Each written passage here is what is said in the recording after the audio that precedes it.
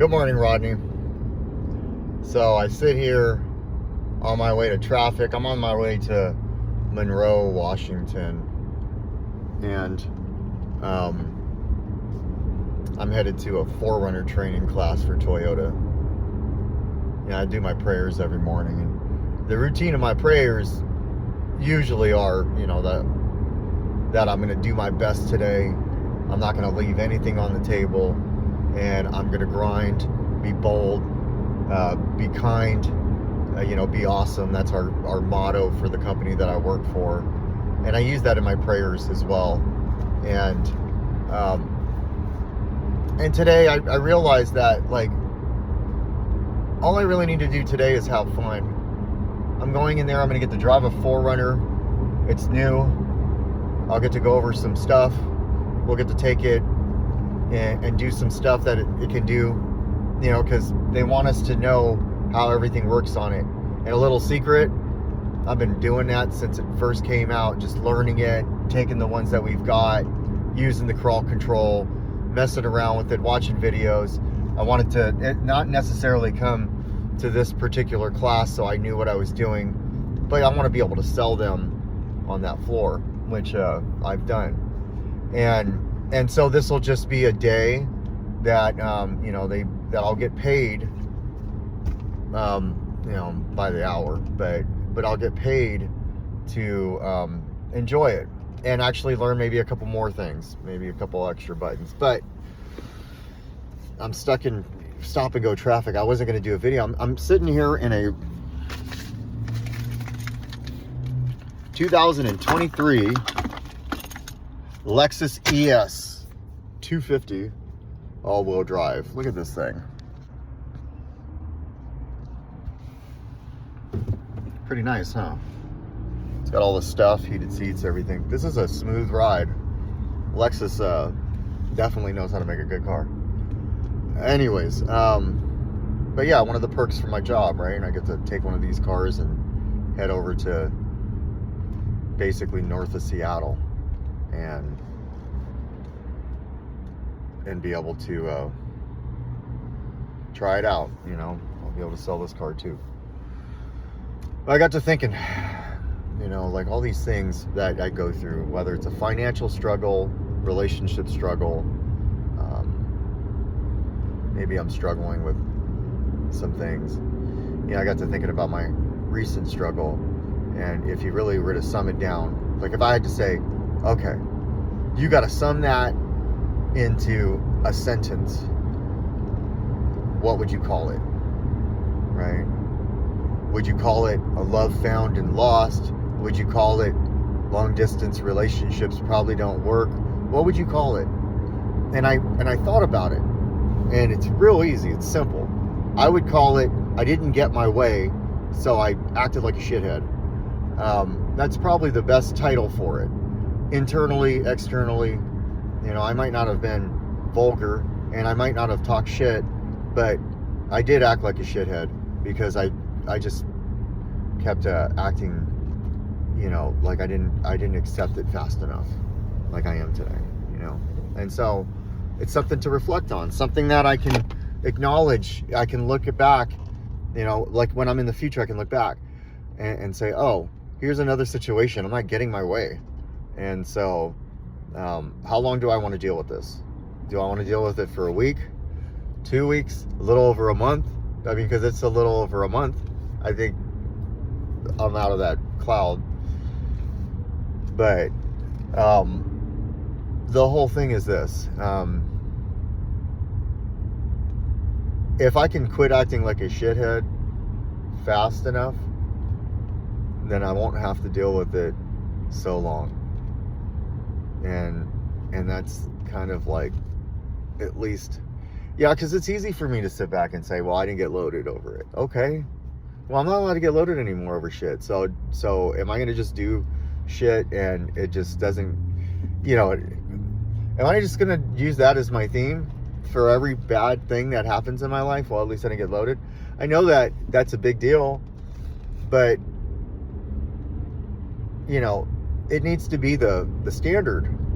It can't be the only. If at least I got loaded is the only, then that excuses everything else. And I don't want that. Like, at least letting it loaded has to be like when everything fucks up and everything is bad, I can lean on that for a win. That's a good way to do it. But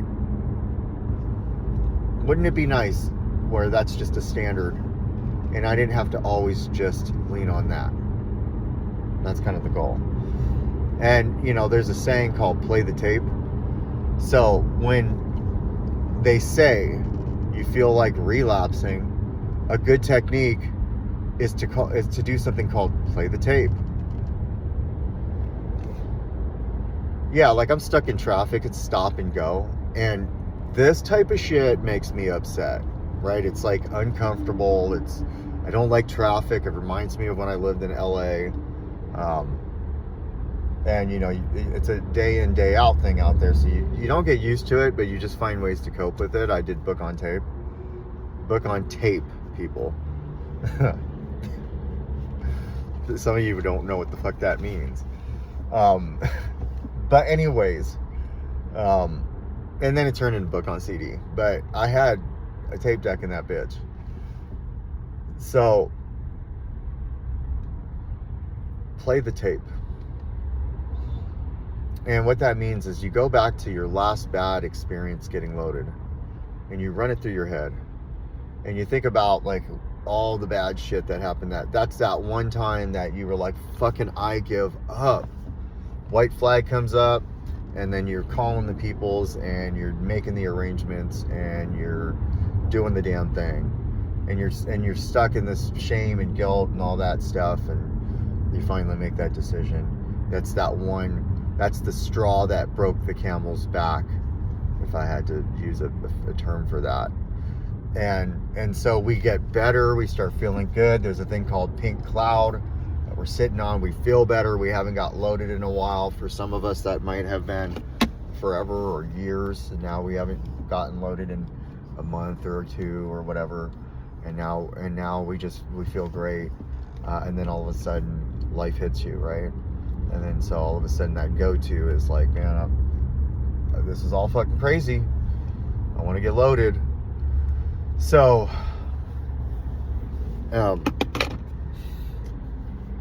so the thing is this. I can apply that in other areas of my life, and it doesn't have, you know, like it can be the getting loaded. Like I can look at the situation I was in recently, where it seemed to be at the forefront of my mind, and I was super stressed. And I can look at it and say, remember the road trip back from Arizona? I don't even like saying that phrase, and I'm not going to go into that right now. If you really want to know that, then meet me.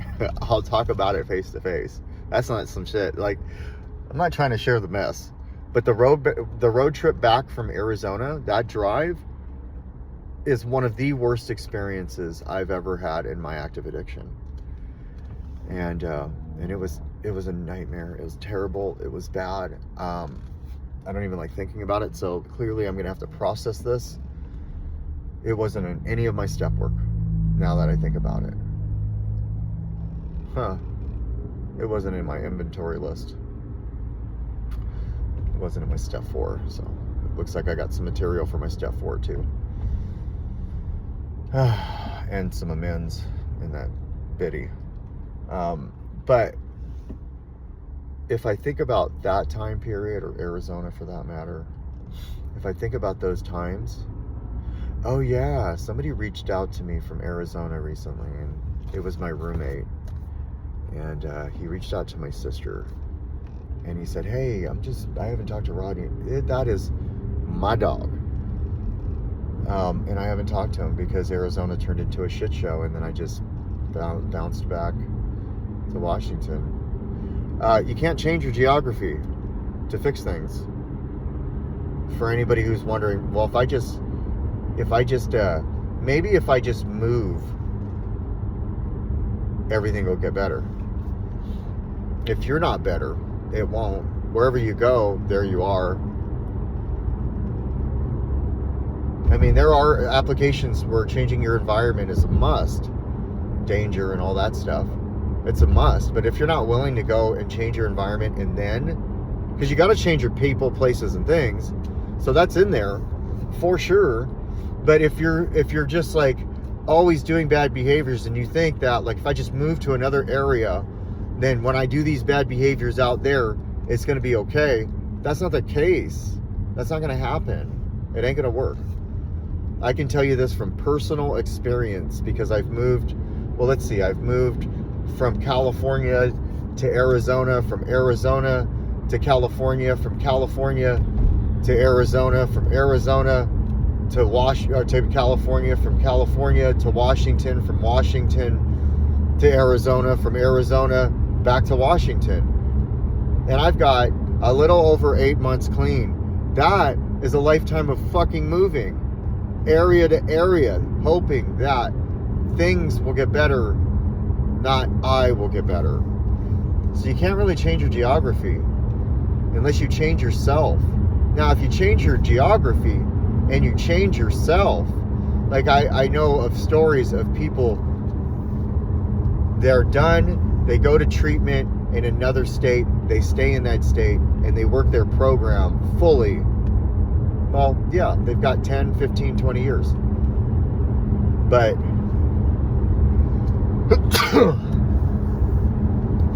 isn't it nice to be that coffee bean and change the environment around you, the water around you?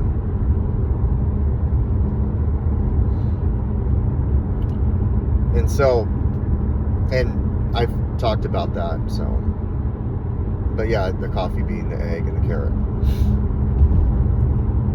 Until we become the coffee bean, nothing's going to change. And I don't care where you launch yourself to, whether it's North Dakota, Australia, fucking wherever. It doesn't matter where I take myself to. If I take myself somewhere and I am fucked up, all I'm going to do is fuck up everything around me. And I know that. But going back to what I was saying, I can always use that as a tool when things get hairy. I just forget about it every once in a while. Sometimes I get stuck on the whole idea of, well, maybe it's just time for acceptance, or maybe it's just time for faith, or maybe it's just time for this. Maybe that was, you know, like, if you're a carpenter, you don't just have a screwdriver and a hammer. You got to have them all. And each experience gives us a new tool. Some experiences bring back tools that we forgot we had. You know, this is relevant in my situation. And the tools may help you get to the next tool. But if we're not doing any of this stuff, we have no tools. And you can't build a house without any tools. And all I'm trying to do is build my house. You know? I want to be able to live in my house comfortably. Now, can I apply using dope to traffic? I don't know. Maybe. Maybe that's going to piss me off even more.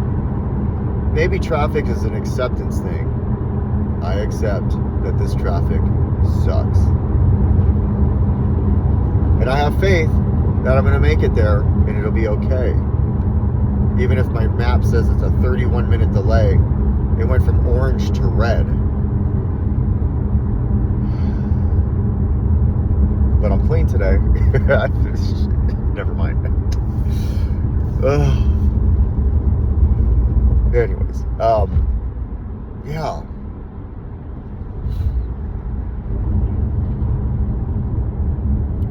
Well, the stop and go gave me the ability to do a video. I wasn't going to do one because, like, I don't have my little thing, and it's not recommended to do a video while driving. But if I'm doing 2 miles an hour, maybe it's okay for now. But yeah, my maps shows, here's something. my map shows 31-minute delay. It goes from orange to red. That looks really shitty. But my arrival says I'm going to be there when I'm supposed to be there. And that's a lot like life for me, now that I think about it. I get so stressed out on the things that are stopping me, the traffic, right? Whether it's a relationship that kind of got me feeling a certain way, or it's something at work that happened to me, or it's just the house isn't quite where I want it to be, or the kids aren't listening and Lucy got out again. All of these things are like traffic. But the destination, I'm still on arrival. I'm still going to be there. The destination is my trust factor, right? That's my higher power. Like, I trust that my higher power is going to take care of me all the way through, and I'll get to my destination. And if my destination has no traffic, what's the fun in that? Where's the overcoming anything? Where's the story in that? What's the story? Everything worked out well. I ended up one day just getting up on time, eating healthy.